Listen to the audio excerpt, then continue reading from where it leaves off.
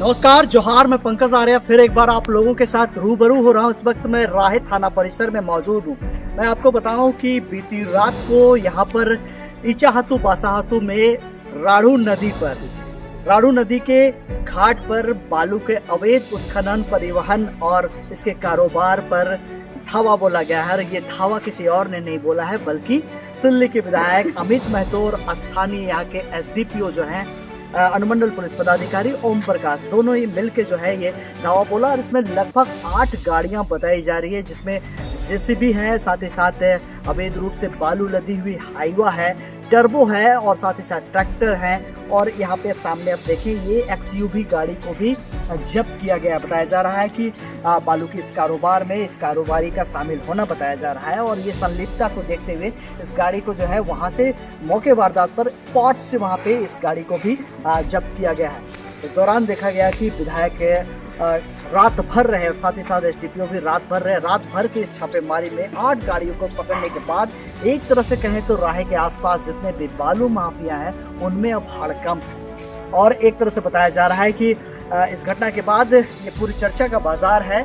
और क्षेत्र में जिस तरह से अवैध रूप से बालू का उत्खनन चल रहा है, परिवहन चल रहा है और कारोबार चल रहा है, उसको लेकर देखा जाए तो एक बड़ी कार्रवाई है। आने वाले दिनों में देखना दिलचस्प होगा कि क्या इसी तरह से बालू को लेकर, जिस तरह से अब एनजीटी की रोक है, बरसात का महीना है, उसके बावजूद इस तरह की जो अवैध बालू का कारोबार चल रहा है, आखिर किसका श्रेय है इसमें? ये तमाम बातें जो है प्रश्न चिन्ह खड़ा करती हैं। और आज ये साबित हो गया है कि इस क्षेत्र में बालू का अवैध उत्खनन और परिवहन और साथ ही साथ कारोबार चल रहा है, जिसको लेकर अब देखा जाए एक बड़ी कार्रवाई यहाँ पर देखने को मिले। तो सीधे तौर पर हम लोग जुड़ेंगे स्थानीय विधायक अमित महतो से, साथ ही साथ हम लोग जुड़ेंगे एसडीपीओ ओम प्रकाश से। तमाम खबरों के लिए बने रहिए आर्या न्यूज झारखंड में। मैं पंकज आर्या आपको रिपोर्टिंग दे रहा हूँ। तो यहाँ पर जो बासाहतू राहे थाना क्षेत्र में बालुओं का देखा गया, कई गाड़ियों को जब्त किया, रात भर आप रहे, क्या है मामला यहाँ पर? मामला यही है कि अवैध तरीके से बालू का यहाँ उठाव किया जा रहा था, जिसकी सूचना हम सबों को मिली थी और मिलती रही थी, परंतु कभी ऐसा मौका नहीं मिला कि हम ससमय इसको आकर रेड करें।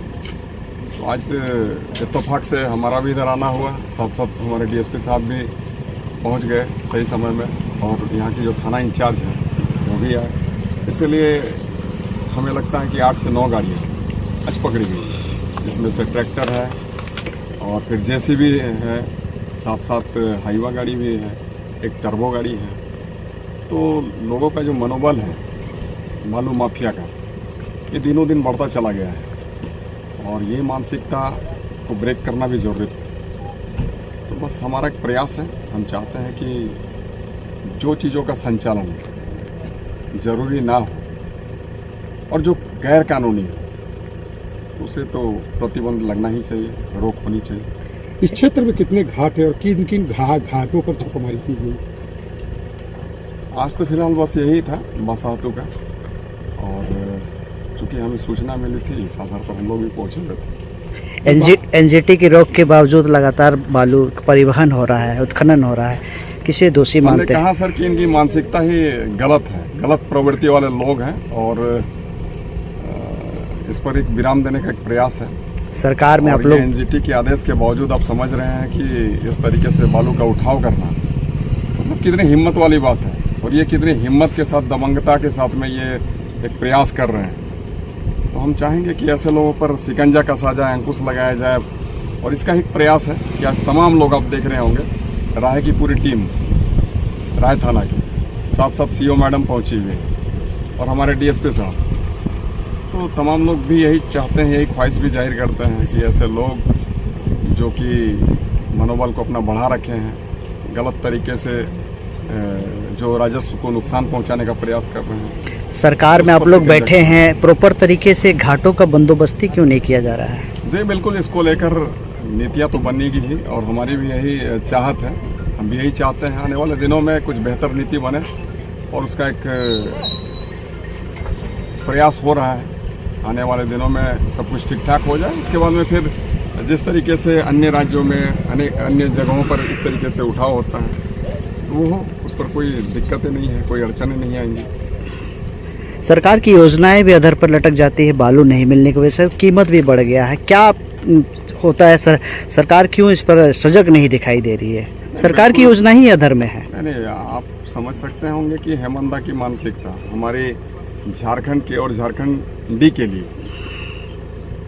यहाँ का विकास कैसे हो, हमारा झारखंड समृद्ध कैसे हो, तमाम चीज़ों को लेकर वो काफ़ी चिंतन मंथन करते हैं। और हमने कहा कि हमारी भी ख्वाहिश है कि आने वाले दिनों में बेहतर नीतियाँ बने हर एक चीज़ में। हम नहीं कहते हैं कि बस खनन को लेकर, और भी बहुत सारी नीतियाँ हैं जो कि हमारे झारखंड को समृद्धि के मार्ग पर ले जाएगी। तो ऐसी नीतियाँ बने और आने वाले दिनों में बनेगी। कई बालू गाड़ियों को जब्त किया गया है बासाहतू घाट से। मामला क्या, जेसीबी भी साथ में, विधायक भी रात जागे हैं बालू गाड़ी जब्त करने के लिए। आप देखिए, सूचना मिली थी कि कुछ जो है से गाड़ियाँ जो है अवैध बालू जो उत्खनन कर रही है, इसकी सूचना जो है से माननीय विधायक जी को भी मिला और हमने को भी प्राप्त हुआ, और उनके सूचना अनुसार जो है से हम लोग पहुँचने के बाद जो है से रात्रि में जो है हम लोग वहाँ पे कार्रवाई किए और रेड किए, जिसमें जो है उत्खनन में जो शामिल गाड़ी थे वो जो है पकड़ाया गया है। और इसमें अभी जांच कुछ बिंदु पे किया जाएगा, इसमें कौन लोग शामिल हैं और उस पर आगे कार्रवाई किया जाएगा। कौन कौन सी गाड़ियाँ पकड़ाई है सर? इसमें जो है से एक जेसीबी है और एक हाइवा है, बालू लगा हुआ एक हाइवा है, एक टर्बो है और एक ट्रैक्टर है, और कुछ ट्रैक्टर पकड़ाया है जो इसमें पत्थर जैसा कुछ लोड था, वो जांच का विषय है। एक कार के कौन है, कहाँ का है जो गाड़ी वहाँ पर चला है? ये जांच का विषय है, जांच के बाद ही पता चलेगा कि कहाँ के लोग थे, किसकी गाड़ी। तो स्पोर्ट से कोई कार भी पकड़ाया क्या? कार? हाँ, एक तो वहाँ पे जो है से एक कार भी बरामद है, और ये भी कार किसका है एक बार हम लोग उसको सत्यापन करने के बाद ही आगे मिलेंगे। सर, स्पोर्ट में लग्जरी गाड़ी पकड़ाने से ये साफ संकेत मिलता है सर, बड़े माफिया इस कारोबार से जुड़े हुए हैं और इस तरह का कार्य चल रहा है सर। आखिर कैसे संभव है सर? देखिए, ये सब काम में जो है कुछ लोग तो शामिल रहते हैं, वो जांच का विषय है किनकी गाड़ी है, और जिनका भी नाम आएगा ऐसा निकता पाया जाएगा, उसके ऊपर हम नियमानुसार जो है